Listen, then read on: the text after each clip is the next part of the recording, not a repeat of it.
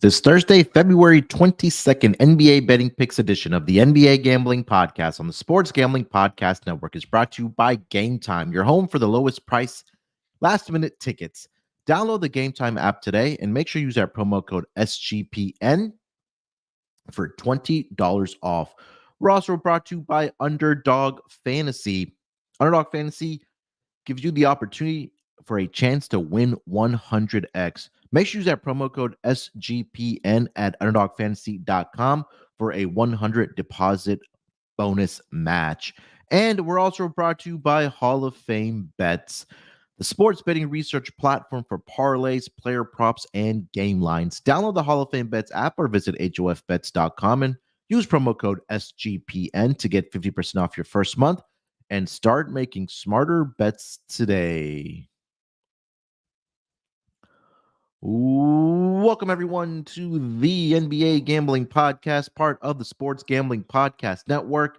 It is Thursday, February 22nd, ready to kick off post-All-Star break as we head into the final stretch of the regular season in the NBA. 12-game schedule on Thursday night here. And joining me here to help me break it all down, I got my guy here with me. It's Scott, studio Reichel. Scott, what's going on, my man? How you doing this Thursday morning?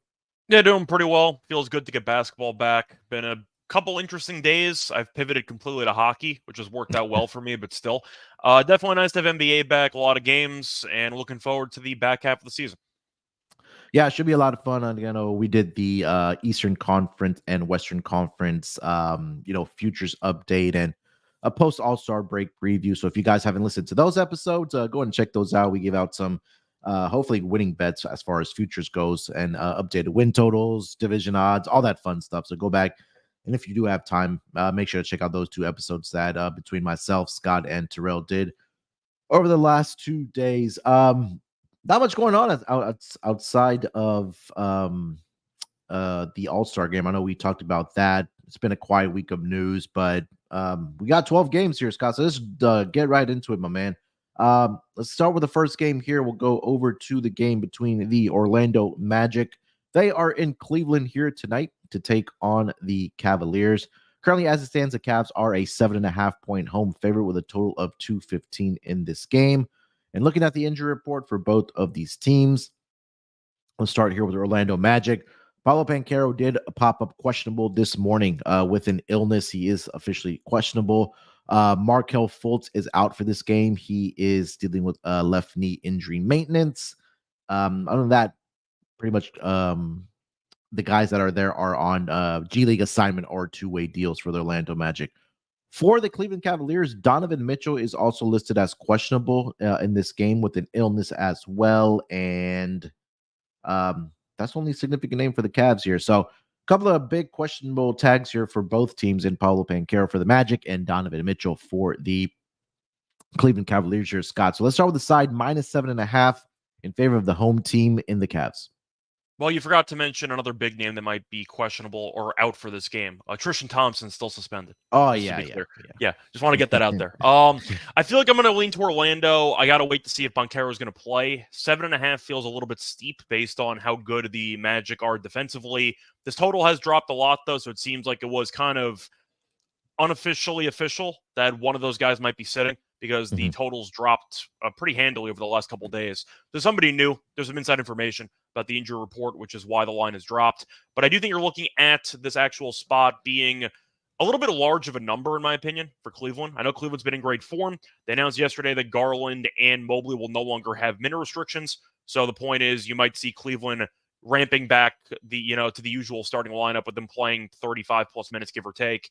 But I like Orlando. I think Orlando's a good team. I think you're looking at a spot where the Magic defensively we know are very solid. They are a lot better at home than on the road. That's the problem. But I see a very physical game, a very close game, and I think because of that, in what could be a pretty interesting day in the NBA with all the rust, potentially lower scoring games, we'll factor that in maybe accordingly. I see a rock fight in this game, so I am going to lean to the under, but I am going to lean to Orlando. I think they're good enough and physical enough to actually keep this game close. I'm going to lean to the Magic to cover this number. Yeah, right before we started going live here, got an alert that Donovan Mitchell was present at shoot around dealing with that illness. So, more than likely when guys are participating in shoot around, they're more than likely to play here. Yeah, I feel like there might be a little bit of rust for both teams here. I think that might be the theme in the association. At least this, this through this weekend, guys kind of getting their legs back under them, coming back from vacation or whatever the case might be. But like you mentioned, the Magic have been one of the better defensive teams, and so has Orlando, for that matter. Cleveland as well has been good on the defensive side as well. So I agree with you. I think I expect this to be a physical game, slow possessions, rebounding. I think both these teams are great rebounding. Obviously, when we talk about Jared Allen and Evan Mobley, in the front court for the Cleveland Cavaliers. So I'll lean here with the Magic side here as well. I do like the under in this game. Like you mentioned, should be possibly a rock fight. The physicality will be in this, there in this game here as well. Again, two teams, like we mentioned, that have been better defensively than, again, rest of the association thus far this season, which leads us to player props in this game here. Scott, anything that you do like? Well, it's tough to fully tell who's going to play for Orlando, but I'm going to have to lean to Franz because if Banchero is going to be questionable or potentially going to sit this game out, Wagner can go over his number if Banchero plays, and especially if he doesn't. So I am going to lean to Wagner. I like his over. I just think that he's in line for a pretty good showing here. I'm curious who's going to guard him. Probably a Okoro, but we'll see what happens. I mean, the NBA switches almost every single pick and roll, so you might end up seeing a lot of switching taking place. But I think Wagner, once again, has a good spot to put together a good showing here. The volume will go up in terms of attempts if, of course, Banchero's not going to play. I am wondering if Banchero doesn't play, how that affects the actual, I'd say, ball handling responsibilities for the rest of the roster. Because Wagner's going to handle some of it. You're probably going to see Suggs handle a decent amount of it as well. So I probably would look to Suggs, maybe on points, maybe assists. But I think you're looking at maybe waiting to see if Banchero is going to suit up or not. But I'd plan accordingly. It's tough to take player props when you don't know if the best player on the team's going to play or not. So probably a wait and see approach. Yeah, I think that probably Bataze would get the start if Banchero was not able to go. Maybe Wendell Carter Jr. as well for the Magic. Maybe assist prop for Cole Anthony coming off of the bench. We talked about ball handling, like you mentioned there. That gives him another ball handler for the Orlando Magic there. But not much for the Magic side. If you want to take a look at a rebounding prop for the Cavs side, whether it's Jared Allen or whether it's Evan Mobley, both those guys are, or Evan Mobley's at 9.5 at -145, and Jared Allen's up to 11.5 at even money. So I couldn't talk you off of either one of those. I think it's a possibility that Evan Mobley gets a double-digit rebounds and Jared Allen has another big night on the boards, as he has been, all through January and February for the Cleveland Cavaliers. So, anything else for this game? No, you mentioned Mobley rebounds, which I was also going to mention. He's been really good to me recently, especially with the boards. No min restriction now, so he should be in line for a good showing here. Maybe if you want to go with blocks for Mobley, because once again, minutes restriction is not going to be a thing anymore. You can start kind of honing in more on some defensive props. But I do like the rebounds for Mobley in this game. Just want to see how Evan Mobley has done against the Magic in his career. Let's see here. So, averaging about 15 points per game. He's only had one game where he's been in double-digit rebounds. So, all right. All right, so that's the Magic and the Cavs here. We'll get over to the next game. Before I do that, let me tell everyone about Game Time. Look, Game Time, they take away the stress of having to find tickets for events that are in your area, whether it's sporting events, whether there's a comedy show that's in your area, a music concert, whatever the case might be. Let Game Time help you out, because buying tickets to events shouldn't have to be a stressful process, and you should be excited for the events that you're going to attend, whether it's, like I mentioned, a ball game, whether it's a concert, a comedy show, whatever the case might be. Killer last-minute deals on tickets, and their best prices are guaranteed. You can stop stressing over the tickets, like I mentioned, and get excited for the fun you're going to have at these events. Their app is so easy to use. All you got to do is just download the Game Time app. They have flash deals, like I mentioned. Last-minute tickets are available as well. And it's easy to find and buy tickets for every type of event in your area.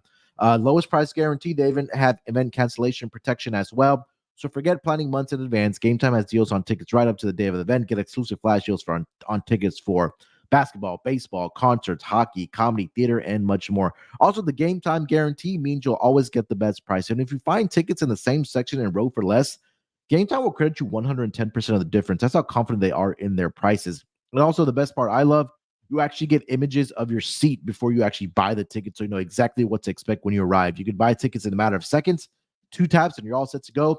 And the tickets are sent directly to your phone. You don't have to wait for them in the mailbox or haggle through your email searching for those tickets. Nope, they're right there on your phone. So all you got to do is download the Game Time app, create an account, and use promo code SGPN for $20 off your first purchase. Terms apply. Again, create an account, redeem code SGPN for $20 off.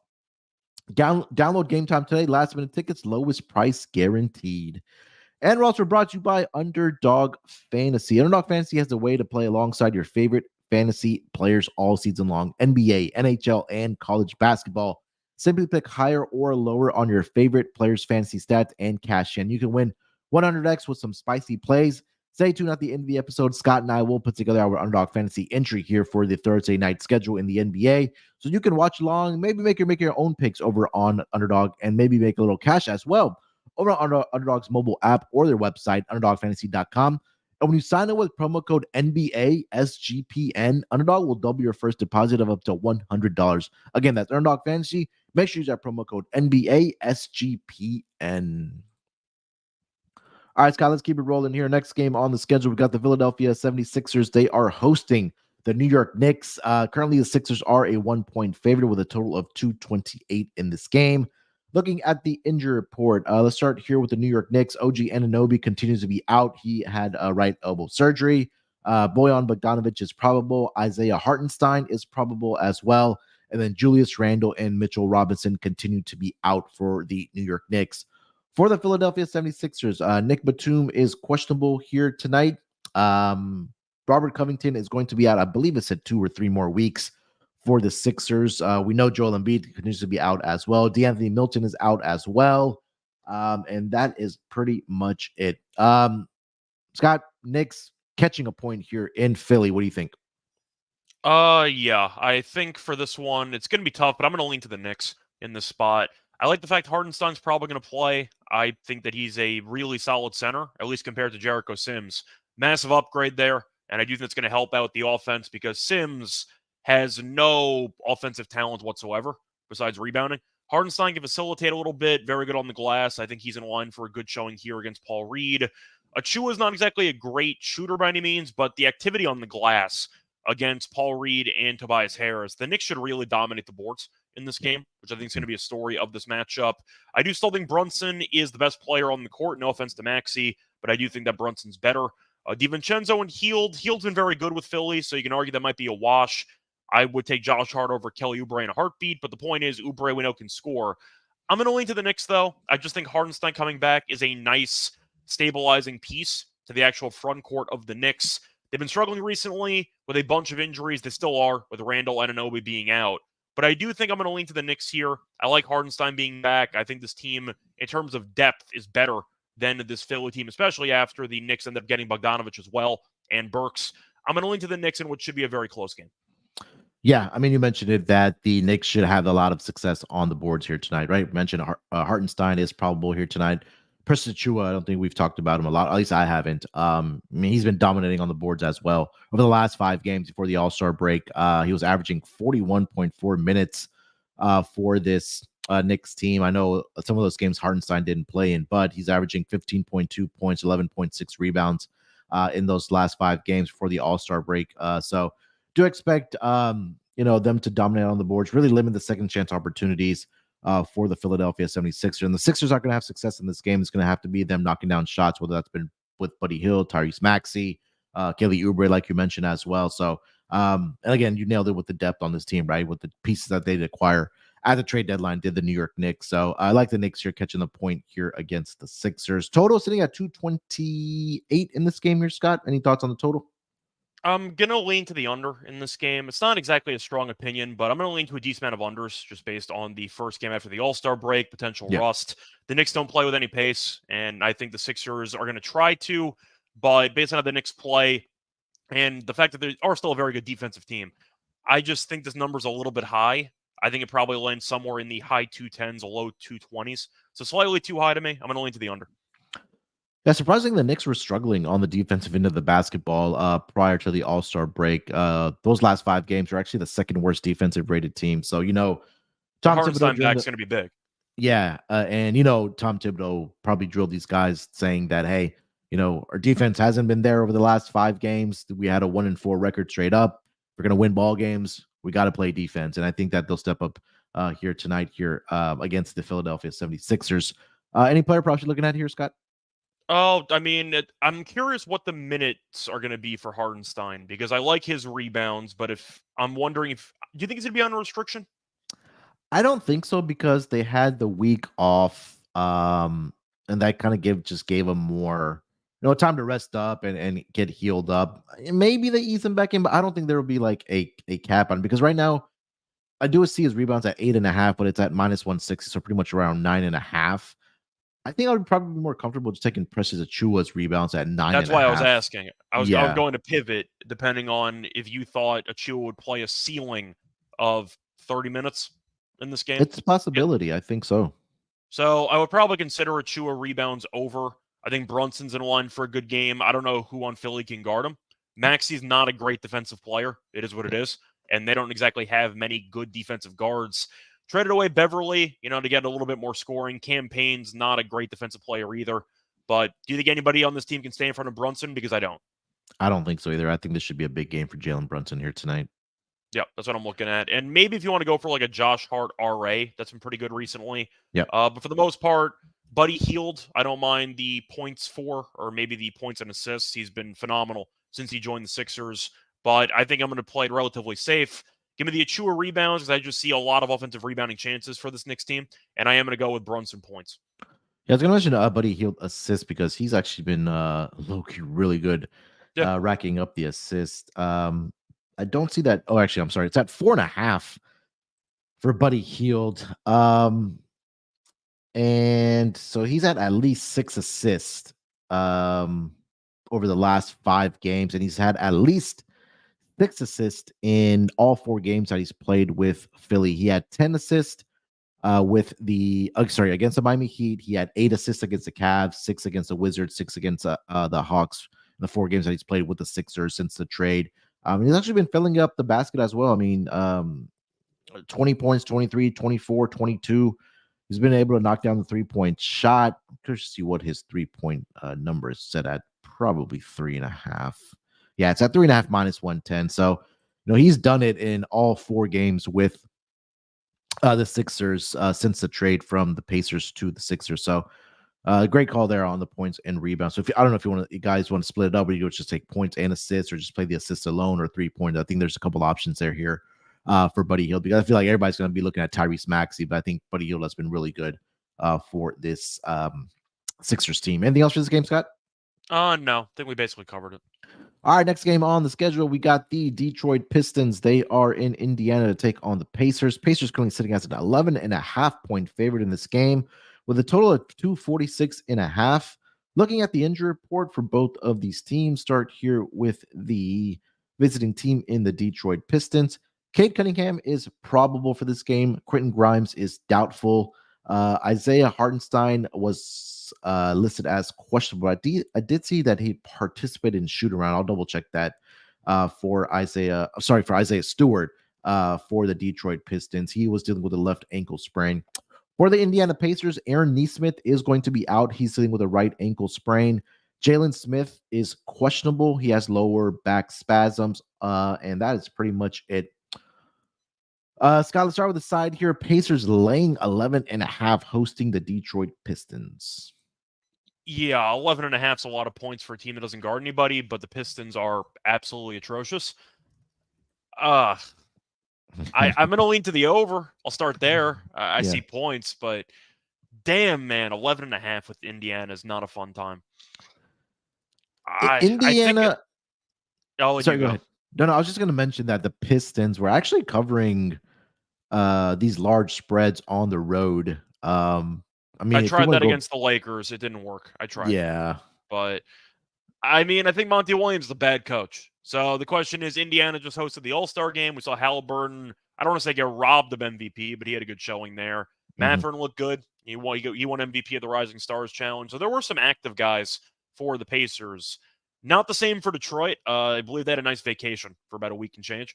Because I don't think anybody was good enough to actually make it to the weekend. Asar, was he in there for the Rising Stars? Oh, that's a I great know Ivy question. I have was because no he got idea. into it with Matherin. So Yeah. that's a fun matchup. You got Ivy against Matherin. We'll see what happens there for player props. But I think I'm going to lean to Indiana.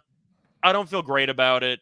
I'd lean to the over, but Indiana's a team that I really have a hard time laying points with because they're just not great defensively.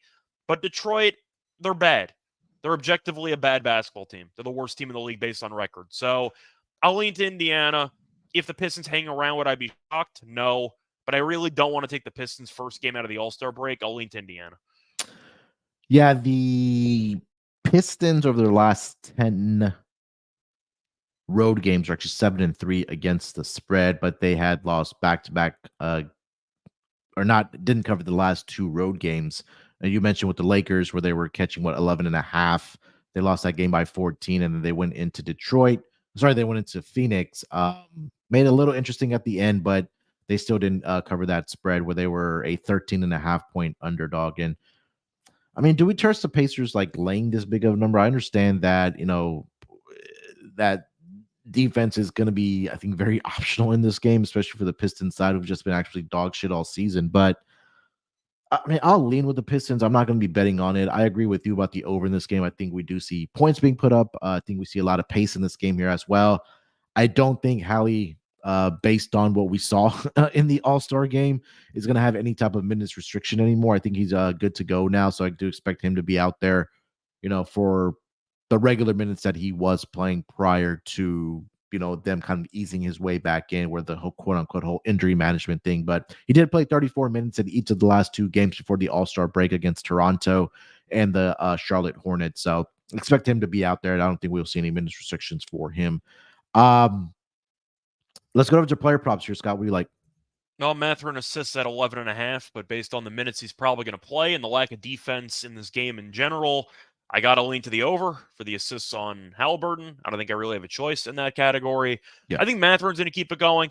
I think him and Ivy are going to keep jawing at each other, but Matherin's still a very solid scorer, and we do know that after they traded away Bruce Brown and they kind of got rid of some of the depth on the team with Buddy Hield as well, I'm expecting more minutes for Matherin. That's kind of the reason why they got rid of them. It's because they like Neesmith and what he's done for the last month, rightfully so. And they think that Matherin, who came back from injury, can be a nice spark plug, and he should get more minutes. So based on that, I think I'm going to lean into that angle. I don't really like any unders in this game. I just see a lot of points. So give me Matherin over for points, and I'll go with Halliburton assists. Yeah, he's coming off of 2 dud games in his last 2 Pacers games. Against the Knicks, 23 minutes, 2 for 6, 4 points. Against the Hornets, 15 minutes, 0 for 4. Didn't score a single point. But against the Pistons, he's actually been pretty good this season. 2 games, he played 31 minutes, 15 points. And then the last game was on December 11th.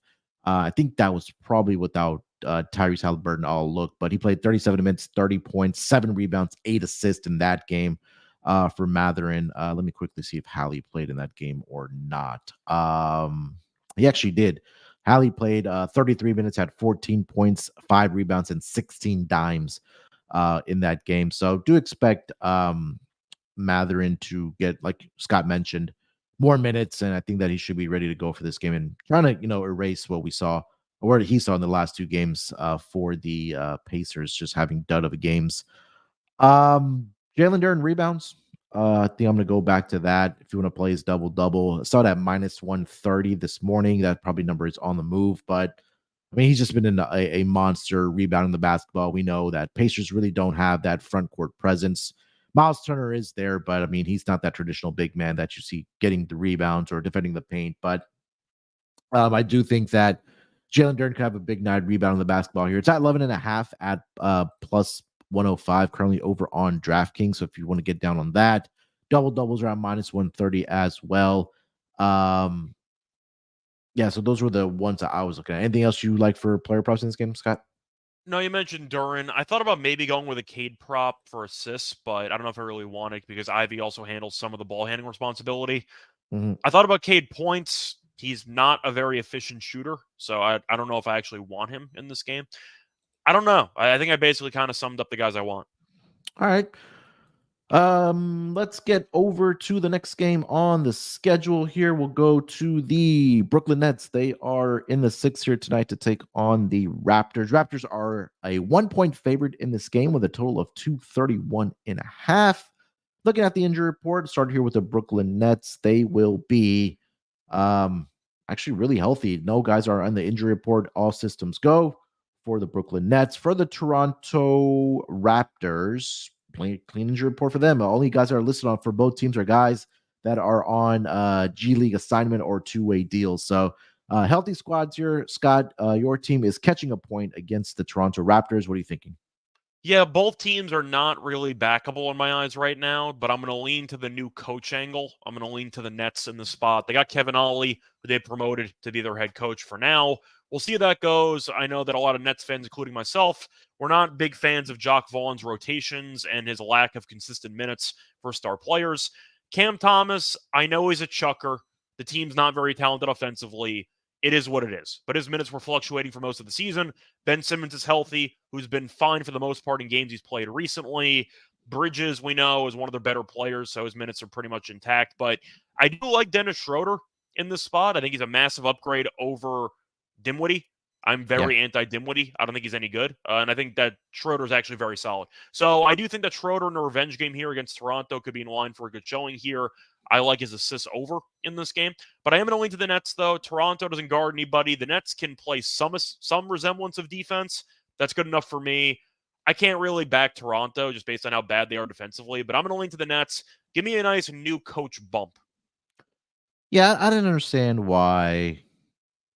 I mean, I understand why the line is -1, but I just think overall the Nets are a better team. I mean, they're all healthy. You mentioned the new coach angle as well. Dennis Schroeder is a significantly huge upgrade, like you mentioned over Spencer Dinwiddie. I mean, you already mentioned the revenge angle there as well. So I think the spot where these guys get up with the new coach, boost, I guess we can say, or the angle for the Brooklyn Nets. I think they do win this game, and I think they can do it by margin. If you want to get on some alt props or some alt lines here for the Brooklyn Nets, I think they do have a good showing here tonight against the Toronto Raptors. Raptors have just been so bad. I mean they made the trades for a reason. They're quote unquote, I guess, tanking and getting ready for the offseason, or whatever the case might be. And defensively, they haven't been very good over the last 3 games. Before the All-Star break, they gave up 119 to the Cavs. They gave up 122 to the Spurs, where they lost that game by 23 points. They gave up 127 to the Indiana Pacers. So I think the Brooklyn Nets team total might be worth a look here in this game.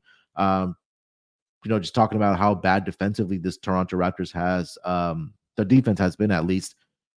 Let's get over to the total here, Scott. I mentioned the team total for the Brooklyn Nets, but the game total is at 231 and a half. You have any thoughts on that? I think I'm going to lean over. I don't feel great about it, but Toronto has not really guarded anybody recently. The Nets defensively have been okay, but not amazing recently. And I'm expecting some pace in this game. I'm going to lean over. I don't feel great about it, but I see each team reaching 115. So I'm going to lean to the over. Yeah, I like the Brooklyn Nets team total over in this game. I will be playing that against the Raptors here. Player props, anything you're looking at? I don't mind Simmons RA in this game. I know that it came back to bite me a couple weeks ago against Cleveland, but he's been Yeah. fine in most aspects. I mentioned Schroeder. I don't mind his assists in this game as well, or maybe if you want to go for PA. I think he's in line for a good game against the team that traded him about a week and change ago. So I am looking at those two. For the Raptors, I'm trying to think of where I want to go with this because Barnes has been disappointing, but recently he's had a little bit of a bump. Quickly, assists has been interesting. If I wanted to go with that angle, but I don't know. Like, do you trust Barnes enough for a PRA angle? Because I'm not sure if I do. I think from a usage standpoint, I mean, he should put up the numbers. That's the thing. He should, but I don't know if I want to. At 36.5 PRA, I don't know if I actually want it. Yeah, I think that number's a little inflated for him, especially with um the Nets having like guys that they can throw at him like defensively, right? I know like Mikal Bridges of the world, even if Ben Simmons, I mean, he's still very good defensively as well. So I think they can throw some different looks at him in this game. So until I see Scott, he just doesn't look motivated right now. I mean, maybe that changes in the second half of the season. I And doubt it. now, yeah, I doubt it as well. But I mean, now like he knows that the Raptors are going to be building the future of this franchise around Scotty Barnes, right? Because again, no Pascal Siakam, no OG Anunoby, no Fred VanVleet either. So now the one guy that's left from that, I guess you can say core they had for a couple of years is Scotty Barnes. So let's see if he steps up to the occasion. I do like one more prop, by the way. I am looking Yeah, at go Bruce ahead. Brown. I Yeah, I was like gonna his mention points that. over 9.5. He's had at least 11 points in 4 of the last 5 games he's played in. I don't know if the Nets' former team angle matters that much because he was on a team in between, but maybe it Yeah. does. Point is, though, his minutes have been kind of going up recently. He played 31 minutes 2 games ago, played 26 and change against the Pacers. So his minutes have kind of gone up recently, and I do think he's in line for a pretty decent showing. I'm going to link to Bruce Brown over 9.5 points. That line feels a bit low. Yeah, I like that. I was gonna mention Bruce Brown. I also want to mention Nick Claxton rebounds. Okay. Typically going up against centers or playing center rebounds against the Toronto Raptors has been a pretty profitable angle. I think that the minutes are a little bit of a concern, but I do think that he can get into double digit rebounds here. It's at 9.5. It's at minus 140 right now. But if you want to play his double, just play the rebounds. I think that Nick Claxton should have a big night rebounding here. Or if you want to play his blocks here as well, I think that's a good angle for Nick Claxton here tonight against the Toronto Raptors. Scott, anything else for this game? No, I think we basically covered it. All right. Before we get over to the next game on the schedule, let me tell everyone about our friends over at Hall of Fame Bets. Win bigger by betting smarter this NBA season with Hall of Fame Bets, a sports betting analytics platform for parlays, player props, and game lines. Research every NBA and soccer bet with historical stats and data. Enter any parlay idea into Hall of Fame Bets revolutionary parlay optimizer tool to get hit rates broken down by leg, as well as an expected probability for the entire parlay. Sort all players by hit rate for any bet to learn which players are hot and which picks have value. Stop betting in the dark and join over 30,000 users with researching with Hall of Fame Bets or craft more intelligent, data-driven parlays. Download Hall of Fame Bets app or visit hofbets.com and use promo code SGPN to get 50% off your first month today. Start researching, start winning with Hall of Fame Bets. All right, Scott, let's keep it rolling here. Next game on the schedule here, we'll go over to the game between the Phoenix Suns. They are in Dallas here to take on the Mavericks. As it stands right now, the Mavericks are a 1.5-point home favorite here with a total of 245. Looking at the injury report here let's start with the Phoenix Suns. Bradley Beal is questionable for this game. He is dealing with a left hamstring tightness. And for the Dallas Mavericks, Luka Doncic is probable. Maxi Kleba is probable. And Derek Lively is also probable. Only player that will be out for the Mavericks is going to be Dante Exum as he recovers from a right knee injury. We know the, I guess, quote unquote rivalry or maybe, I don't know, beef between Devin Booker and Luka Doncic, but this is going to be the third matchup between these two teams this season. And actually, the road team has won each of the first 2 games here. So the Mavericks went into Phoenix on Christmas Day.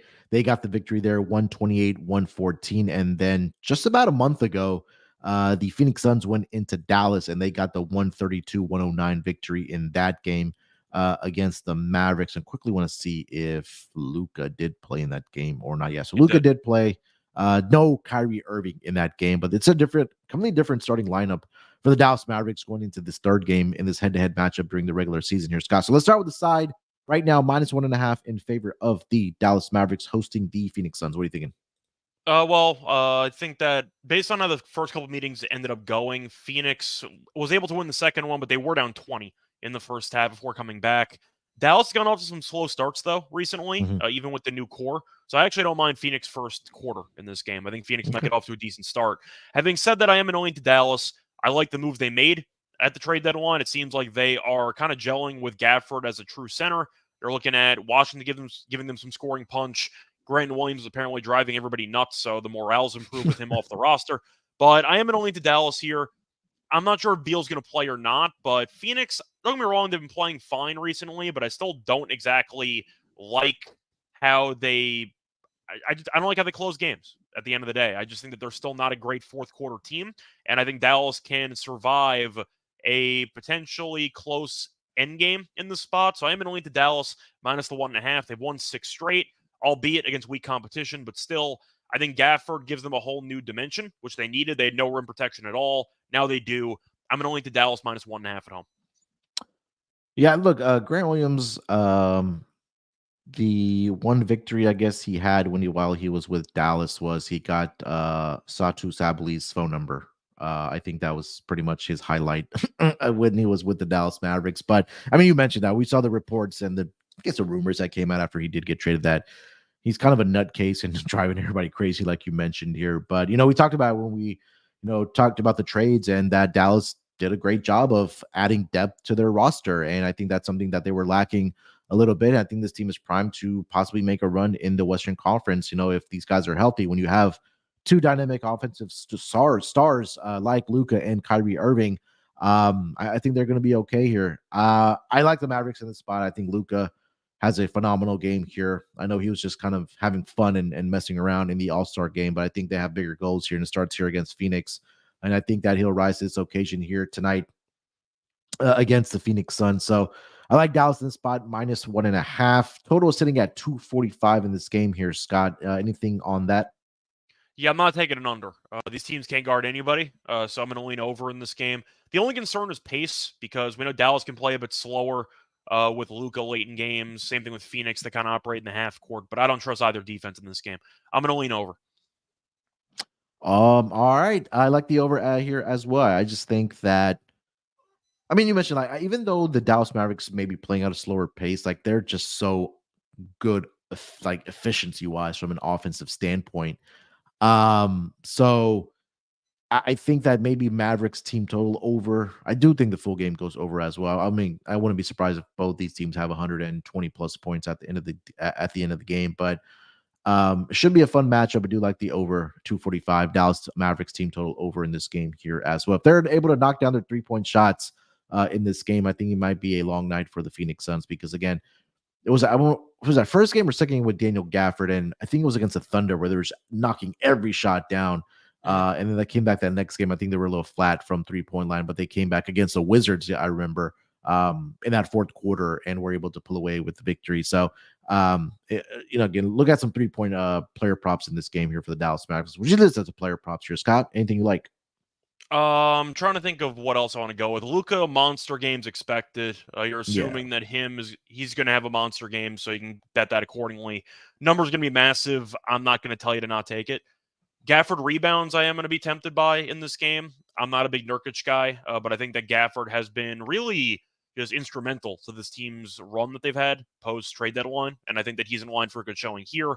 Trying to think if I want to go for Kyrie too. It really just feels like a game full of star power where most of the stars are going to have the spotlight on them and they're going to perform pretty well. Maybe one no-shows the game, but I think Durant's in line for a good game. I don't know who on Dallas is going to even try to guard him, but good luck. That's all I'm going to say. I'm just going to lean to the main stars in this game. Give me Luka to have a monster game. Give me Durant to have a big game. And I do like Gafford to have a good amount of rebounds in the spot. Yeah, I think I'm on Luka. He's at 31.5 now. I played at 30.5, but I'm just going to quickly read off what he's done in the last 6 matchups or last 5 matchups against the Phoenix Suns here. So 35, 33. He had one game where he, I guess, played 3 minutes and maybe left with an injury because he didn't score in that game. But then after that, 34. He had 50 on Christmas Day. And then he had 34 on January 24th, earlier in January of this year against the Phoenix Suns. So that number's at 31.5 right now. So I do expect Luka, again, he'll get the shot volume. I mean, there's no question about it. So I just think that it'll be a monster game from Luka here tonight. So I do like him over 31.5 points here tonight against the Phoenix Suns. You mentioned the rebounds. I'm curious to see what the minutes allocation is going to be between Derek Lively and Daniel Gafford in this game. He did play 17 minutes in that game against the Spurs to Derek Lively, and then I think Daniel Gafford came off of the bench and played. I'm sorry, Gafford actually got the start in that game, 23 minutes. He had 10 points and 10 rebounds in that game. So yeah, I do like the Gafford call here, but I'll be interested to see if Gafford is actually going to get the starts now going forward, or if it's going to be Derek Lively that's going to be getting in the starts for the Dallas Mavericks. So keep that in mind. Nurkic rebounds, I don't hate. For the Phoenix Suns, he's done a pretty good job this season of rebounding the basketball for the Phoenix Suns here. So it's at 9.5, minus 120. I don't hate that. But other than that, that was what I was looking at. Do you have anything else that you like? No, I think we covered it. Update on my preseason parlay, by the way. I need 3 Yes. more texts from Luca and 3 more texts from Brooks. That's Oh all I yeah, need. I think I think you might get that one. That one looks a little. What do we have, like about 20 some odd games left for each of these I mean, teams? it's So close to it's close to 30, but yeah, it's like 27, 28. yeah, So I'm on pace. We'll see yeah, what you're happens. well on pace. Yeah, for sure. All right, let's get over to the next game on the schedule. We got the Boston Celtics. They are in Chicago here tonight to take on the Bulls. The Celtics are an 8.5 point road favorite here with a total of 225.5. Looking at the injury report for both of these teams, we'll start here with the Boston Celtics. Pretty clean injury report. Only player that is on there is Jaden Springer that they acquired from the Philadelphia 76ers. He's dealing with a right ankle injury. For the Chicago Bulls, Torrey Craig is going to be out. Patrick Williams continues to be out as well for the Bulls team here. So relatively healthy squads here. Full squad here for the Boston Celtics. Let's start with the side here. Boston minus 8.5 in Chicago here tonight. Scott, what do you think? I'm going to lean to Chicago in the spot. For me, it just seems like there's just such a massive talent gap between these teams. I am going to Mhm. give props to Chicago for remaining somewhat competitive in some of these games. They should have beaten Cleveland, punted away like a 20-point lead in the first half. But Boston is the best team in the league in terms of talent. I said in the Eastern Conference second half preview episode yesterday, I thought they would win probably 64, 65 games Yeah. this season with the updated Yeah. win total of like 61.5 or so. So I'm going to lean to Boston here. I just don't think the Bulls have enough firepower to match this team. So I'm going to lean to Boston. Yeah, I think for me, I think with the Celtics, I've been able to trust them at home, where they've been one of the best teams in the league as far as winning games. But they just haven't done a very good job of covering spreads this season, despite them being 26-3 at home and 15-14 straight up at home. On the road, they're 17-9 straight up, but they're only 10, 13-3 against the spread on the road this season. So I don't know if I don't think there'll be rust for the Boston Celtics. Because again, Jason Tatum played a lot of minutes, Jaylen Brown played a lot of minutes in that All-Star game. Um, I don't know. There's just something that tells me that I think the Bulls can backdoor this game where the Celtics win by 6 or 7 points and they cover that 8.5 number right now. Maybe it's a look ahead spot for the Celtics. They go to New York, Madison Square Garden on Saturday night. I don't know if that would be a look ahead spot for them, but I feel like that. I think Boston, or sorry, for the Chicago Bulls, I think they can cover the spread here of 8.5. Um, Total is sitting at 225.5. Anything on that? I don't know. That total feels about right to me, to be honest. I don't have much. Yeah, I didn't have much either. It felt kind of spot on here. That it could either fall a little bit short of getting to the over, or it like barely gets over this total, right? Where if it's around like 228. So I didn't have much either for this game. Anything else? Or excuse me, player props you're looking at? I was trying to think if I actually wanted to make an angle on something because I know Hauser has a prop available, but I don't know what his minutes are going to be. But he's at 5.5 points and assists. I just want to quickly check the actual minutes played. I mean, no, it's mostly a blowout though, so I don't think I could actually use that. But he has been playing at least like 14 minutes in each of the last like 10 games, so he actually has been getting some run recently. So Yeah. I actually don't mind a really sneaky play on Hauser points and assists over 5.5. If he's going to play 14 minutes or so, 2 threes, you win. That's good enough for me. So that's kind of like in the weeds play, just something that I see one book has, which I thought about.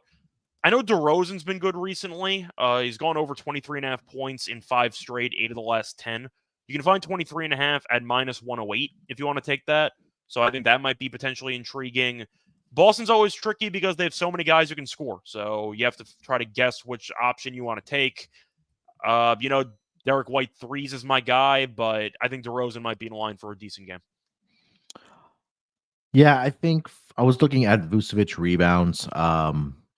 It's at, I think, 11.5 is where I saw it last. Let me just double check here. Actually 10.5 at minus 130. I don't hate that. I know he didn't get there against the Celtics in the last game where he finished with 8 rebounds. But prior to that, he was doing a phenomenal job of rebounding the basketball against the Boston Celtics. Just quickly reading this off here. So 23s, 12, 13, 13. And then last game, like I mentioned, he only had 8 points and 8 rebounds in that game. So if you want to go Vucevic rebounds at 10.5, I don't hate that for him here tonight against the Celtics. Other than that, not much else for me in this game. You have anything else? No. All right, next game on the board, we'll go over to the game between the Los Angeles Clippers. They are in Oklahoma City here tonight to take on the Thunder. Thunder are currently laying 1 point in this game with a total of 236. Looking at the injury report for both of these teams here, I'll start here with the Clippers. If I can find them, where are the Clippers? See, both teams are fully healthy. Yeah, they're pretty much healthy. I don't know why I don't see one there, but yeah, I mean, last time I was looking at it, I didn't see much for injury as far as either one of these teams. So healthy squads here. It's gonna be a big matchup here tonight, Air Scott. I mean, these two teams are separated by half a game in the Western Conference standings. Currently, the Thunder are the number 2 seed. They have a half a game lead over the Clippers, who are sitting there as 3 seed here. So maybe some seeding implications here for both of these teams here, but should be a fun matchup. Thunder laying a point here, hosting the Clippers. Scott, what do you think? So I've seen these teams play a couple of times this season. I actually watched those games. I like the over. I don't know why there's so much money coming on the under. Both teams are Mhm. healthy, and each of the first 2 meetings ended up breaking 240. So I don't know why I'd assume this game's going to go under. OKC plays up tempo. They don't really guard anybody. Clippers can guard, but they also don't mind getting into a shootout. So I see points in this game. I think it's an interesting matchup because I've seen the Clippers struggle a lot against small ball lineups, and I do think that OKC can exploit that because Zubac is a little bit too slow, in my opinion, for this game. So I can see Zubac getting into some serious just trouble, just staying on the floor in this game. I think I'm going to lean to OKC. I think it's going to be a close game, going to come down to the wire. If Kawhi goes nuts, then Kawhi goes nuts. We'll see what happens. Gordon Hayward's coming back. We'll see if he has any role in this game. We'll see, but either way, I think I'm just going to lean to the Thunder at home. Not really a strong opinion. I like the over as my favorite play in this game. But give me a close game. I think OKC at home, though, gets it done. So I'm going to lean that way. Yeah, I mean, you It's really a mentioned toss-up, right, that though, on the side. yeah, again, and the books are expecting this to come down to the wire, right? I mean, it's a minus 1 point spread in favor of the Thunder here. So, and prior to the All-Star break, these were two defenses that were absolutely struggling. Going into that All-Star break, I think that both teams were bottom 3 defensive rated wise over the last 5 games prior to the All-Star break. Clippers were the 4th worst, I'm sorry, and then the Thunder were the 5th worst. So, um, again, with all the offensive talent, I think on both sides, especially for the Clippers, I do think that they'll have success in this game here as well. Um, I'll lean with the Clippers here. I think this number was at -2 yesterday, if I'm not mistaken, and now it's at 1 now for the Thunder. So I do think the Clippers come into this game. I think they'll have a lot of success on the offensive side here.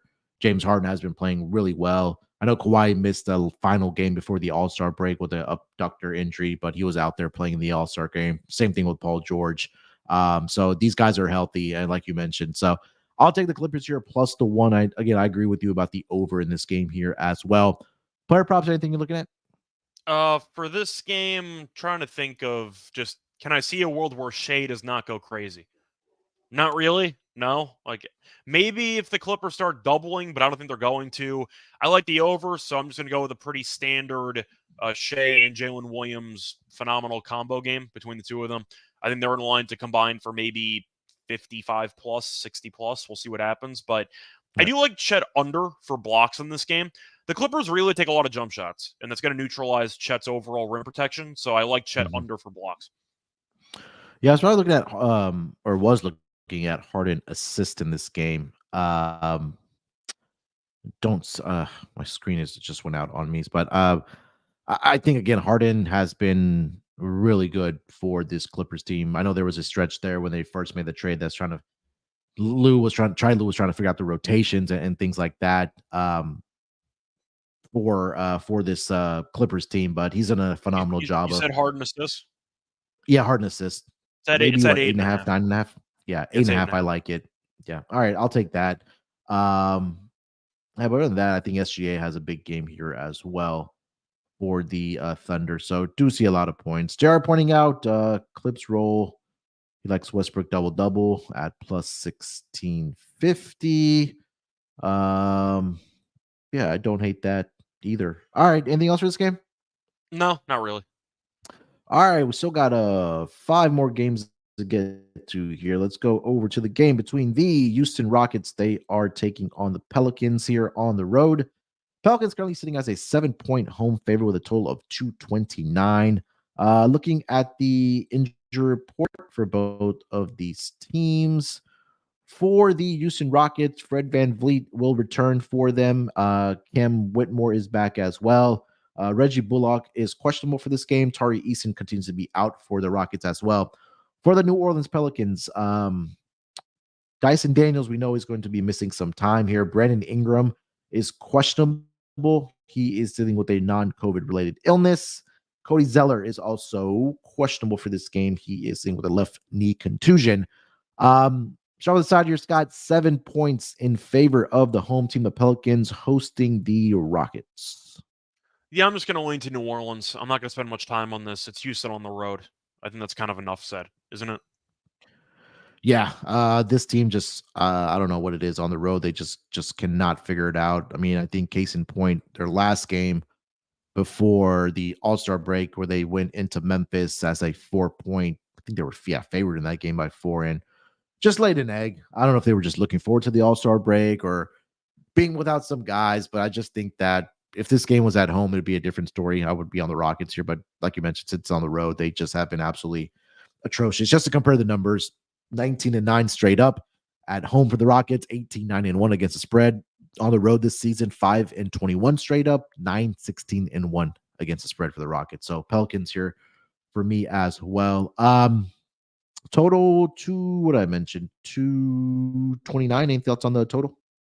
I think I'm going to lean under because I just don't trust Houston's ability to actually score. New Orleans defensively has a certain gear, which hasn't been a little bit inconsistent recently, but they do have a gear defensively. Both teams do. I see a physical type game here. I think this line's a bit high. I'm going to lean to the under. Yeah, a division game here as well, right? So I think that for the Rockets, it's their success was early on in the season that they were playing really good defense. And Emi Udoka has said that defense has to be priority for this team if they want to win any ball games. And we talked a lot about the Pelicans, right? They have the length on this team. Herb Jones, Trey Murphy, Jose Alvarado coming off of the bench, Valanciunas inside, giving them the rebounding. Zion can rebound the basketball as well. So I think that this will be a tough physical matchup here. So I do expect this game to go under the 229. Any player props you're looking at?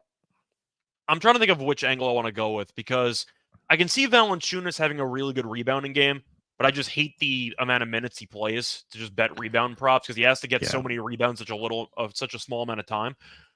I'm trying to think of what angle I actually want here. I think Zion's in line for a very good matchup.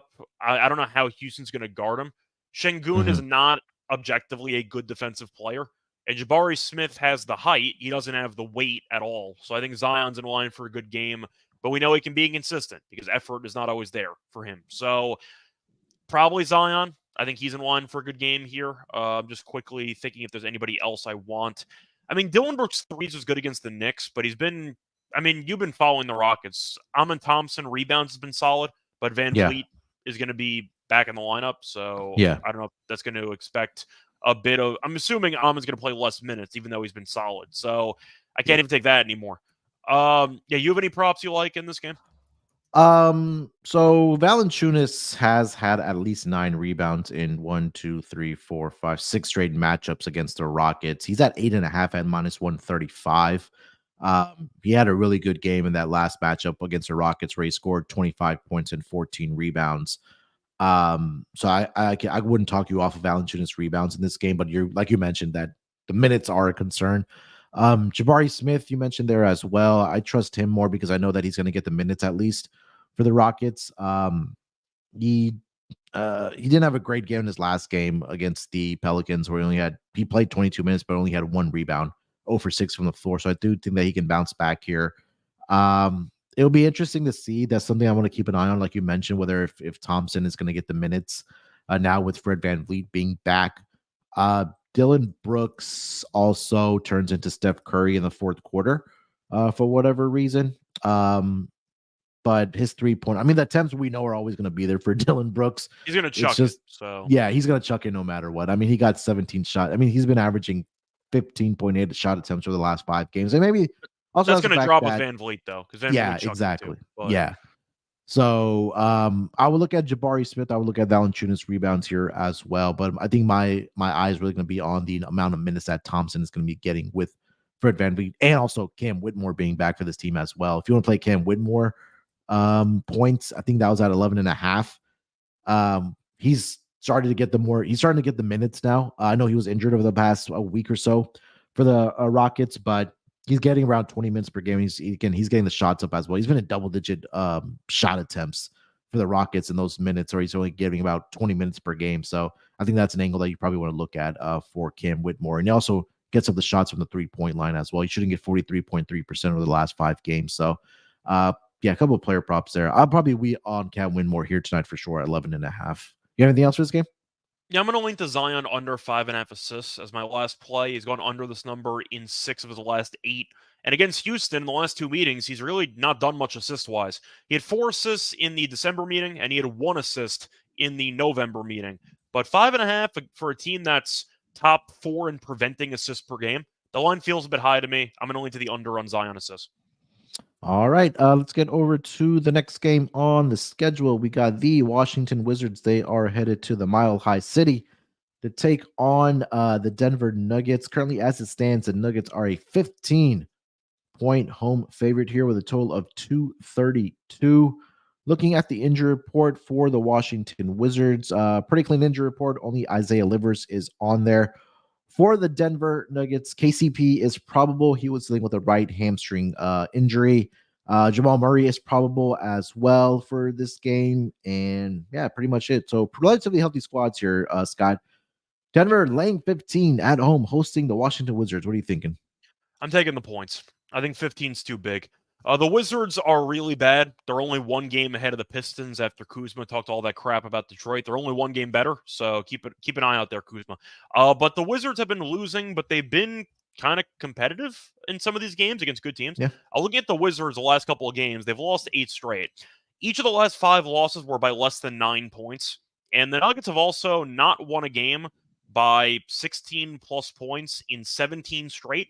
So Denver wins games not by margin. I believe they won the first meeting by 9 this season.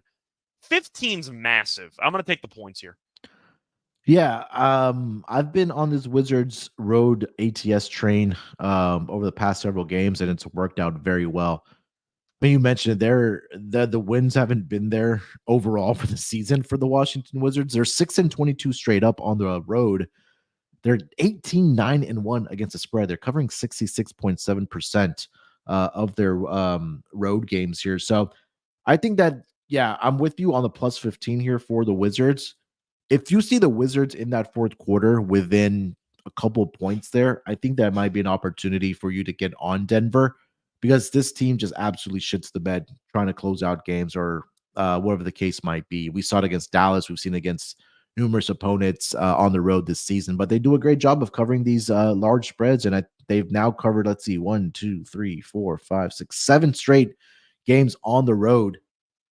And their last 3 games, they were favored. The Celtics were favored by 18. They lost that game only by 4.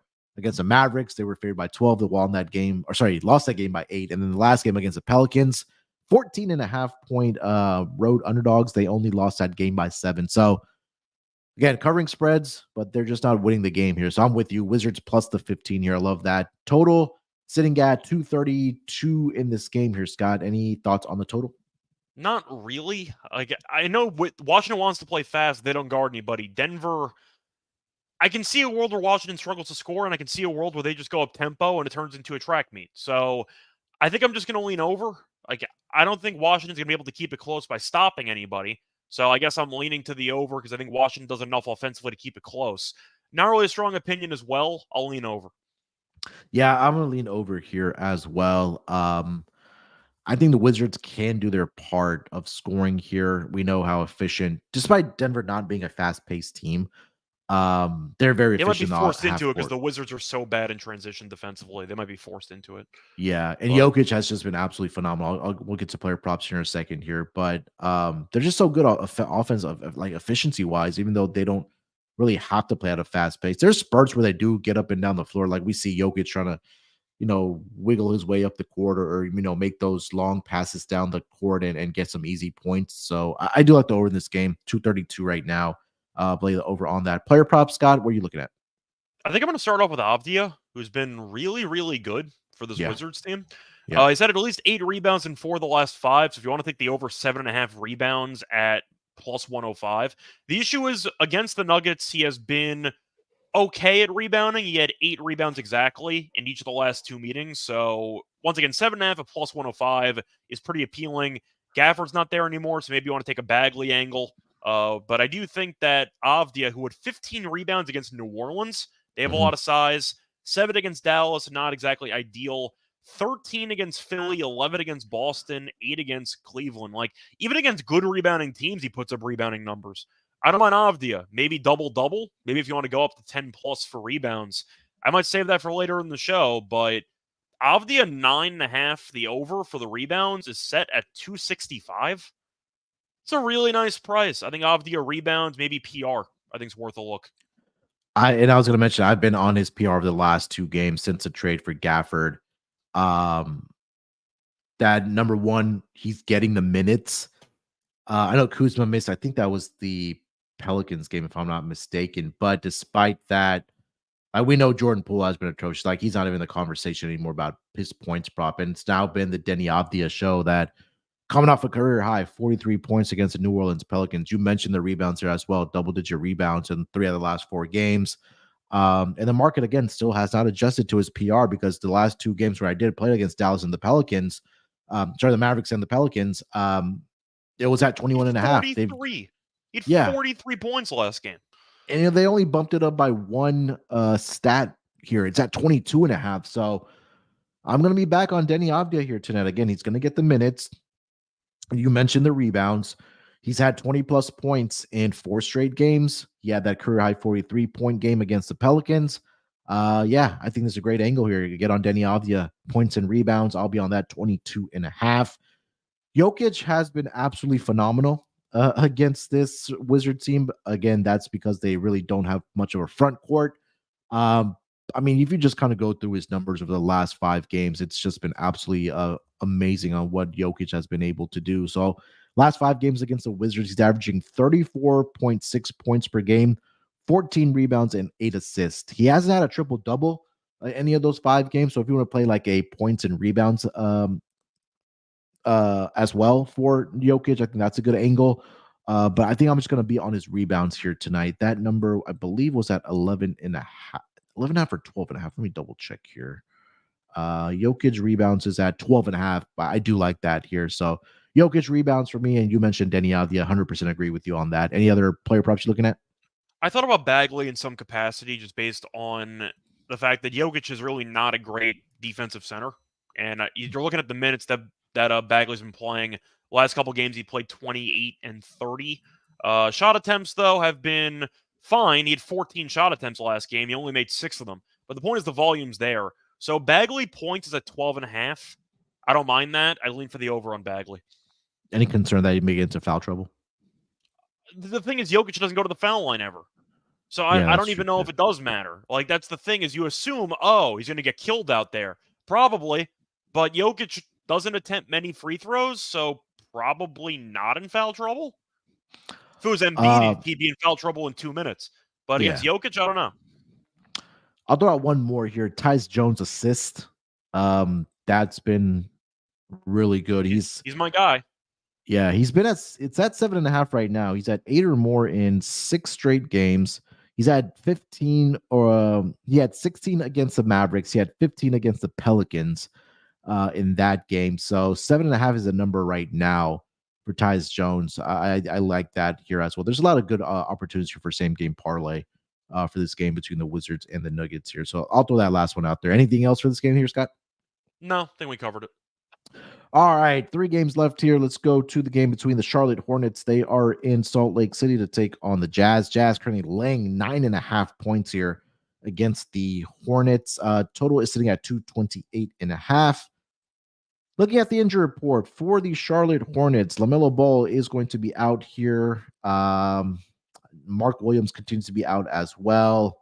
And those are the significant names for the Charlotte Hornets.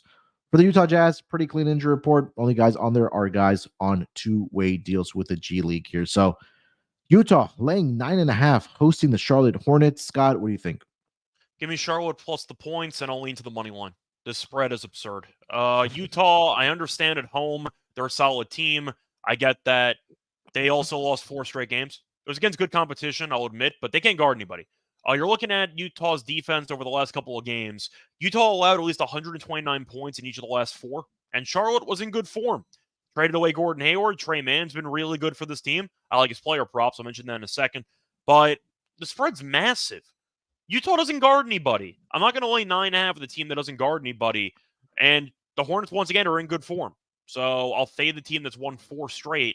That's lost 4 straight. Laying 9.5. Give me Charlotte.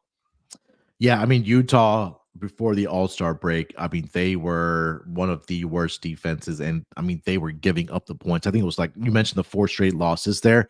They gave up 129 points at minimum in all 4 of those games. I know, like you mentioned, it was against some of the better competition and better offenses like the Phoenix Suns, the Warriors, the Lakers. That was a game without LeBron, I believe. And then against the Warriors, they gave up 140. Warriors almost gave that game away. I think you mentioned that John Collins threw that ball into the stands, but again, if you're not able to fix your defensive woes, even against a team like Charlotte, I don't think that you should be warranted to be a 9.5 point favorite here. So I'm with you. Hornets plus the 9.5 here. Team total over for the Charlotte Hornets as well. Until I see the defense improve for this Utah Jazz team, I cannot back them, especially laying almost close to double digits here. So do you like the over for this game? I don't think that, like I mentioned, for this Jazz team, they defensively they just haven't been very good. 3-point defense has been atrocious. They're giving up 17.5 3-pointers made over the last 5 games. The percentage is through the roof as well. So expect Miles Bridges, Brandon Miller, those guys to get up their shots here and knock them down here as well. But I do think that we'll see a lot of points being put up in this game. So full game over. I do like the Hornets team total over here as well. Here, Scott, what are you thinking? Yeah, I like the over as well. I'll lean to Trey Mann assists. It's at 5.5. Over's about minus 140. He's gone over in every game with the Hornets, so I'm going to keep riding it. I think Bridges' threes is worth consideration. Same thing with Brandon Miller, but the Hornets aren't that bad. Like, they were really, really bad, and then they traded away Hayward and then gave some younger guys some run. OKC gave him Trey Mann, and apparently Trey Mann's what they needed. And Grant Williams has been decent. So, yeah, I'm just going to lean to the Hornets until they fail me because they've been good. Yeah, it's this part of the season we're kind of going forward and where I think the books haven't caught up to some of these guys, right? You just mentioned like Trey Mann, for example, in this game for the Hornets. We talked about at volume Deni Avdija. So I think these are right now the opportunities that we have to take advantage where the market is not going to be catching up to some of these players that are under the radar guys, right? Like Trey Mann, like that's not a name that the books probably know. We know him because we follow the game. We're looking at the box scores and stuff, and he's putting up the numbers. But I think this is the time right now that where we have to take advantage of these player props here. So yeah, I agree with you. 3-point props. Whether, like you mentioned, whether it's Brandon Miller, Miles Bridges, if you want to throw Grant Williams in there as well, I think that they do have success from the 3-point line here to the Charlotte Hornets. Any other player props? No, I think I covered it. All right, let's keep it rolling here. Next game on the schedule, we'll go over to the LA Lakers. They are in the Bay Area to take on the Warriors. Warriors currently sitting as a 6-point favorite in this game with a total of 242. Looking at the injury report for the LA Lakers, the big name, LeBron James, is going to be out. He's dealing with a sore right ankle. Cam Reddish is questionable for this game, and so is Max Christie. Jared Vanderbilt continues to be out. Christian Wood is going to miss about 2 weeks, and Gabe Vincent continues to be out as well. And Anthony Davis is probable for this game for the Lakers. For the Golden State Warriors, pretty simple. Chris Paul continues to be out. He should be back sooner rather than later. And Gary Payton II is questionable for this game. He is dealing with an illness. So, no LeBron. A lot of the depth missing here for the Lakers here, Scott. Can you make a case for the Lakers, or are you rolling with the Warriors? I can make a case because the Warriors blow over 15-point lead. So it's a spot where they're laying a bunch of points and they can't close games. So they had the phenomenal double overtime game, which landed in the 280s. But in regulation, that game actually only landed 236. So the total feels too high to me. I like the under in the game. With LeBron being out, you could argue maybe they'll play faster, the Lakers, but that feels a little bit high. I just think that total should be a little bit lower than what it is. Yep. I'm going to lean to Golden State. I'm wondering how the Lakers, just energy-wise, are going to look post-All-Star break after a layoff on the road. Might be underwhelming. But I think I'm going to lean Golden State. Not really a strong opinion because they're so bad late in games. I wouldn't mind the third quarter. Go back to the bread and butter for Golden State. But I am going to look at the under for the full game on the total. Yeah, I mean, I'm on the Warriors here, minus the 6. I know this number was around 4. I want to say 4.5. I think. Yeah, for the LeBron news. So maybe we may have missed the number, but again, he already had popped up questionable. I think he said himself after the All-Star game that, he wasn't sure if he was going to play in this game or not. But you also take a look at the schedule for the Lakers. They have San Antonio tomorrow night, and then I think they play another game on Sunday. So, maybe just sitting this one out, but I think obviously this game is a little bit more important when you take a look at the Western Conference standings, because these two teams are separated by, I want to say, a couple games as far as the play-in tournament bracket. So, when I talk about the Warriors at volumes, before the All-Star break, that they were playing great basketball, right? Steve Kerr figured out the rotations. Klay Thompson not coming off of the bench for you. They won 5 out of their last 6 games, right? 6 out of the last 7 games. They've covered 6 out of the last 7 games as well. The only one that they did drop was against the Clippers, but there's going to be an important stretch for both teams. I think the Warriors take advantage of this opportunity. They have the Lakers tonight. They play Charlotte tomorrow night, and then they have a stretch of the Denver Nuggets, Washington Wizards, Knicks, Raptors, and then Celtics for the Warriors. So I like the Warriors here. I think they do get this victory here, probably by double digits. So I'll be on the Warriors here. You mentioned the under. I agree with you. I think that the Warriors defensively have been better.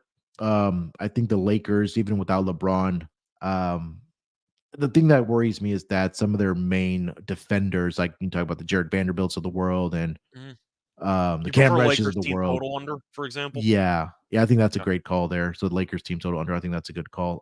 Player props, anything you're looking at? I think Curry's gonna have a pretty good game. I know Pajemski's been solid since joining the starting lineup, so he might be in line. If with LeBron being out, are we just assuming D'Lo takes like 18, 20 shots? So the angle for D'Lo has been that, number one, he is getting the shots up without LeBron in the lineup, but he also racks up the assist as well. So if you want to play both points and assist, or if you just want to play either or, I think it just really has to be D'Lo. I mean, outside of him, like, who is it going to be? I don't know. Yeah, so I'm going to look for D'Lo props. I think he's in line. The problem is the assists are at 7.5, which it makes sense, but I think that's too inflated after what happened in the last couple games against Utah, for example, where he had like 17. I don't mind D'Lo threes. I think once again he's going to be chucking the ball a lot in this game. I do like Kuminga rebounds in this game. I just think that Kuminga is going to be very active, and he does bring a lot of energy and athleticism that the Warriors need. Trying to think of what else I'm really tempted by. I'll go back to your D'Lo part. 7 games this season without LeBron. He's had 8 or more assists in all 7 of those games, and he's had double-digit assists in 5 of the 7 games without LeBron this season. Okay. Well, either way, I'm kind of just going to sit back and enjoy the game for the most part. Yeah, I will be on D'Lo assist here if you want to sprinkle on the double-double for him here tonight. The minutes are going to be there for D'Lo. Like you mentioned, Scott, that he's going to chuck up the ball as well. He's averaging 17.3 attempts without LeBron in the lineup. So I think there's an opportunity. I think everybody's going to pivot to the obvious square play that will be Anthony Davis. I think Anthony Davis will probably have a good game on the boards at least against his Warriors team. But I think that the D'Lo or maybe a Rui Hachimura prop, maybe he gets a start here as well in place of LeBron here. So a couple of angles are that if you want to pivot away from a guy like Anthony Davis in place of not having LeBron on the at least for this game for the Lakers. Anything else? No, that's basically it. All right, last game of the night, the San Antonio Spurs. They are in Sacramento to take on the Kings. Kings currently laying 9 points against the Spurs in a total of 240.5. Injury report for the San Antonio Spurs. They are going to be pretty clean. I mean, it's a lot of guys that are on two-way G League deals. They know, I think they traded for Marcus Morris Sr., but he's not with the team. Probably going to be a buyout candidate. For the Sacramento Kings, no Domantas Sabonis is officially doubtful here for tonight. He's dealing with an illness, but I did think that he did get ruled out. And that is pretty much it here. So Kings laying 9 points against the San Antonio Spurs here, Scott. I'm confused why Sabonis is injured. He was a snub from the All-Star game. Like he had an extra week and change to do nothing. No, apparently he has an illness, so we'll see what happens with him. Yeah, I see Fox is questionable, but I'm assuming he's going to suit up in this game. But we'll see. I mean, the Spurs are terrible, but Sabonis is such a big part of what this team does. I might lean to San Antonio here. Like, I don't feel great about it at all, but Sabonis is such a key piece to that team offensively, and we know defensively they're a lost cause. So I think I'm going to lean to San Antonio here, assuming Sabonis doesn't play. Isn't Wemby just going to have an insane mismatch against anybody? Like, who are you going to use, Alex Len? That was my question to you. Like, who guards Wemby in this game? That I think that Trey Lyles gets the start in place of Sabonis, but if it's Alex Len, good luck. I mean, Len rebounds, I maybe wouldn't mind if props get posted for him, but I don't. I feel like, once again, the Kings, everything they run is just based through Fox and Sabonis has had so many triple doubles. He should have been an all-star. He being out's a big deal. I'm going to lean to San Antonio. Yeah, I'm taking the points here with San Antonio. This feels like a lot of points here for the Sacramento Kings, who are going to be without their second best player, we can say. I know De'Aaron Fox has been kind of inconsistent this season. You can argue this season their best player. You can make the argument. Yeah, 100%. So I'm with the Spurs here. I just think that this might be a massive game here for Wemby here tonight. But yeah, give me the +9 here. Sprinkle a little bit on that money line for the Spurs. You know, we've seen crazier things happen in the association this season. Total, Scott, 240.5. Any thoughts on that? I think I'm still going to lean over because the Kings are going to play fast and the Spurs are going to play fast, and I just see a bunch of points, so I'm going to lean over. Yeah, I think Spurs team total over makes sense to me, but I can't argue against your full game total. It'll be interesting to see like who steps up outside of De'Aaron Fox. I know that could be a Keegan Murray game, or I would just assume the ball handlers with Fox and Monk are just going to have the ball in their hands the entire game. I was going to mention Monk there as well. All right, any player props outside of Wemby that we talked about that you like? Well, I mean, Wemby, I also like the blocks for him, but Wemby should be in line for a big game here. I do like Monk. I'm trying to see if I can quickly find what his actual points number is, so I'm quickly just looking for it. For Monk, I see where'd it go? I see 19.5. He's at 19.5. I'm going to lean over. He's gone over in 4 of the last 5. He's dominated the Spurs in the head-to-head. I believe he's gone over in 3 of the last 4 against San Antonio. Now Sabonis is out, so you're looking at what should be an even bigger usage number for Monk, who's going to play 30 minutes, give or take. Yeah, give me Monk for points over at 19.5. Yeah, can't argue against that. And I mentioned Len before rebounds if Sabonis is out, and they give you Len props, but we'll wait and see about that. Yeah, I don't see Len listed yet. I don't see Lyles either. So it'll be interesting to see who starts. Wemby over 23.5 points. If you want to tag the points and rebounds over for him, I think that, again, like we mentioned, he should have a big game here tonight against the Sacramento Kings. Anything else, Scott, for this game? No. All right, that was the last game on the schedule here. 12 games in the books. Let's get over to our lock and dog, and then we'll do our underdog fantasy entry here for tonight. You want to lead us off? Sure. For my lock, I think I actually am going to go back to that Hornets game we talked about against Utah. Give me the Hornets plus the 9.5. I'm not laying 9.5 with Utah. They've allowed 129 plus points in 4 straight. They can't guard a traffic cone, and Charlotte's won 3 straight. I know that it was against some weak competition. Atlanta's a joke. We know that they won the game by 20, but I think Bridges can have a big game. Miller can. Trey Mann's been a good point guard for this team. I just think Utah is not good enough defensively to fully trust to win games by margin. So I'm going to go with the Hornets plus the 9.5 as my lock. For my dog, I think I am going to go back to Avdia for the rebounds in that game.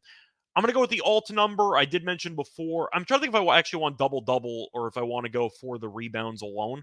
Let me just quickly see what the price disparity is for the rebounds and the double-double. Because double-double, I believe I said the 10 rebounds was like 265, I think. But I'm quickly just trying to see what I could find for double-double. Avdia double-double is basically the same number, so that's not even worth my time. Give me Avdia over 9.5 rebounds, which you can currently find at, I believe, plus 265. I'm going to quickly check once again to see if that's the right number. But 9.5, I found 260. So give me the 260 on Avdia to get 10 plus rebounds.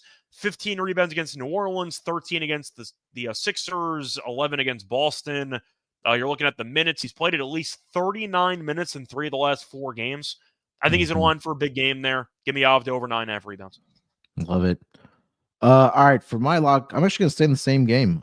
Give me the over in this game, 228.5. I think this number's a little conservative. It was at 230.5 last night. That seen money come in on the under, but again, my question is is there a reason why you want the full game over as opposed to the Hornets team total? I think both. I think both will hit. But what's the number for the Hornets team? 108.5 is what I see. I'm just wondering because Charlotte did a pretty good job against Atlanta and against Indiana. You can argue the All-Star break maybe is going to ruin that momentum, but if you're picking the game to go over, that means you're probably penciling in Charlotte in for, what, like 112, 115? Yeah, that makes sense. I'll pivot to the Hornets team total over. I'll give out both. Get on the Hornets team total over 108.5 right now and full game over as well. Again, I talked about how bad this Utah Jazz defense had been prior to the All-Star break. I don't think that's going to correct itself with this All-Star break. They just don't have a lot of defenders on this team or guys that are willing to play hard-nosed defense. For you take a look at this Hornets team that, I mean, Brandon Miller, you can consider him a good defender. Miles Bridges, if he wants to play defense, Nick Richards, giving him that the rim protection. But I'm just gonna fade this Jazz defense here. So 108.5 team total over for the Hornets. For my dog, not a lot of dogs that I liked here tonight. So I'll probably have to pivot to a player prop in this game. I think it's going to be a D'Lo ladder on his assists. Yeah, 10 assists here tonight for D'Lo. Let me see what it's at. So let's see, Russell. Where is D'Lo? So 8 plus is at minus 125. 10 plus I see at plus 265. 12 plus at plus 650. So I'll go with that. D'Lo, 10 plus assists at plus 265 as my dog here for tonight. All right. So yeah, I like that. Trey Jones was the other one we talked about. Or was it Titus Jones? Tyus Jones. Yeah. So his 10 plus is at.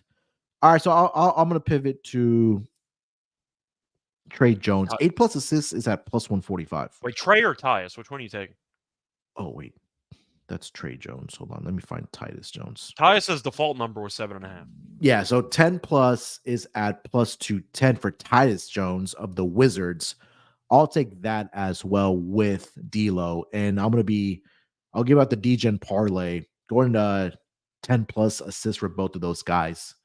For Tyus Jones of the Wizards and D'Lo for the Lakers, 10 plus assists. That should get you a nice little payout for those two guys as my dog here for tonight. So hopefully those guys can rack up the dimes here, Scott. All right, let's put together our Underdog Fantasy entry before we get out of here. Again, go to underdogfantasy.com. Make sure you use that promo code NBA SGPN.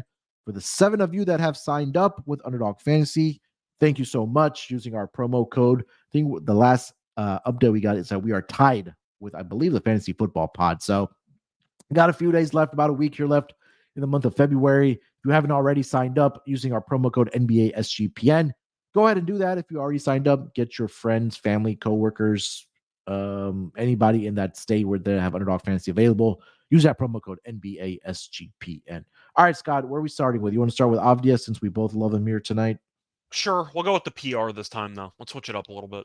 All right, let me see if I can find Denny. I'm curious if it's going to be a 22.5 or just 23 flat, but PR for him is at 22.5. Sure. That's one. All right, we'll go higher on that. What else? You want to go Wimby? You want to go D'Lo assist? Yeah, we could do a D'Lo assist. Let's see. Russell, he is at he's at 7 assists here, so we'll go higher on that. Where else do we want to go? Well, you mentioned Wemby. I do like Monk quite a bit though at 19.5, assuming it's going to be a 19. Let's see. Where's Malik Monk? Yeah, 19.5 is the number. Sure. No, go higher than that. All right, cool. So we'll do that. We'll go Denny Avdia of the Wizards, 22.5 points and rebounds higher. D'Lo, higher, 7 assists. And then Malik Monk, higher, 19.5 points. That $20 entry will get you $120 back, going 3 for 3 on our our Underdog Fantasy entry here for tonight. Again, underdogfantasy.com. Make sure you use that promo code NBA SGPN. First depositors will get a 100% deposit match bonus of up to $100. So come and get involved with us and help us win that contest here that's going on network-wide against the other podcast. That is going to wrap it up for this edition of the NBA Gambling Podcast. Scott, anything else you want to mention before we get out of here? No, I'll back in tomorrow with Terrell for the Friday schedule. So, yeah, happy the NBA is back. Yeah, NBA's back post All-Star break, the final push here of the regular season. Same time, same place tomorrow with Scott and Terrell. If you haven't already, make sure you subscribe to the NBA Gambling Podcast YouTube channel. Make sure to follow Scott there on X at Reichel Radio. And follow me there as well at SportsNerd824. If you haven't already left us a rating and review for the NBA Gambling Podcast, please go ahead and do so. Much, much appreciated. Wouldn't be anywhere without our listeners and the fans of the show. Appreciate everybody in the YouTube chat that joins us as usual every single day. Like we mentioned, Scott, Terrell, back tomorrow. Same time, same place for the Friday games. Till then, good luck with your bet. Let's break these books off and let it ride.